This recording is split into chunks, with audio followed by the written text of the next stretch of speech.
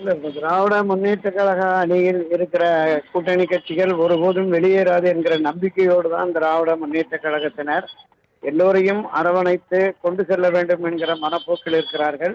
ஆனால் காங்கிரஸ் கட்சியை பொறுத்தளவில் கடந்த ஒரு 8 மாதங்களாகவே ஆட்சியில் பங்கு அதிக இடங்கள்ங்கிற கோரிக்கையை எல்லா தரப்புமே மாநில மாவட்ட நிர்வாகிகள் இருந்து டெல்லியிலிருந்து வருகிற டெல்லி பிரதிநிதிகளும் கூட அந்த கருத்தாக்கத்தின் அடிப்படையில் தான் அவங்க இருக்கிறாங்க. இது தொடர்பாக அவங்க குழு அமைத்து ஒரு 2 மாதமா காத்திருந்தாங்க. அண்மையில் தான் திமுக குழு போட்டு அழைத்து பேசியது. அதுல மாநில தலைவர் ஒரு மாதிரியாகவும் மத்திய பிரதிநிதிகள் ஒரு மாதிரியாகவும் கருத்துக்களை தெரிவிக்கிறாங்க.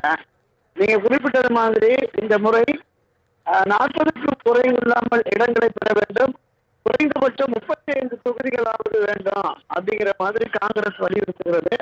இதை தாண்டி ராஜ்யசபாவில் 2 இடம், ஒரு 20% உள்ளாட்சி பிரதிநிதிகள்,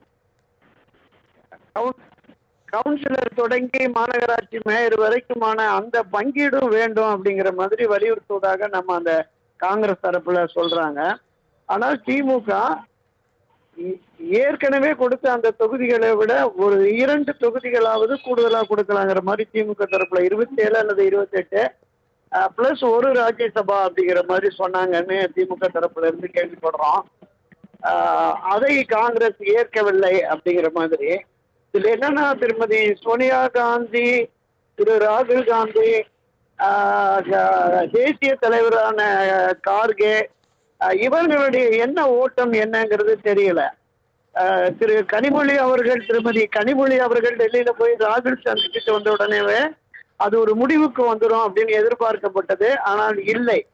தமிழ்நாட்டில் இருக்கிற காங்கிரசினுடைய மூத்த முன்னோடிகள், தலைவர்கள், எம்பிக்கள், எம்எல்ஏக்கள் பெரும் பகுதியினர், எடுத்தாலும் ஒரு 70% பேரு தாவேகா கூட போகணும், கூட்டணி அமைக்கணும், அவர் ஆட்சி அதிகாரத்துல பங்கு பெறுகிறார், இன்னொரு ஆப்ஷன் இங்க இருக்கிறதுனால அதை நம்ம ஓபன் பண்ணி வச்சிருக்கோம்னு இருக்காங்க.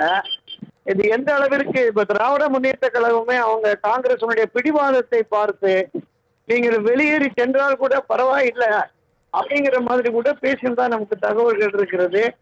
அதை இன்றோ நாளையோ 6ஆம் தேதிக்குள் இது ஒரு முடிவு எடுக்கணும்னு சொல்லி திமுகவும் காங்கிரஸ் கட்சியுமே 2 நாட்களில் நீங்க ஒரு உறுதியா சொல்லணுங்கிற மாதிரி இரு தரப்புமே நிபந்தனைகளை விதித்து காலக்கெடுவை விதித்திருப்பதாக நாம் கேள்விப்படுகிறோம்.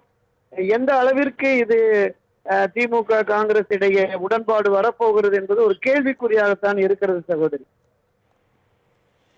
இணைப்பில் உங்களுடைய கருத்துக்களை பகிர்ந்தமைக்கு நன்றி திரு துரைக்கருணா. நன்றி சகோதரி.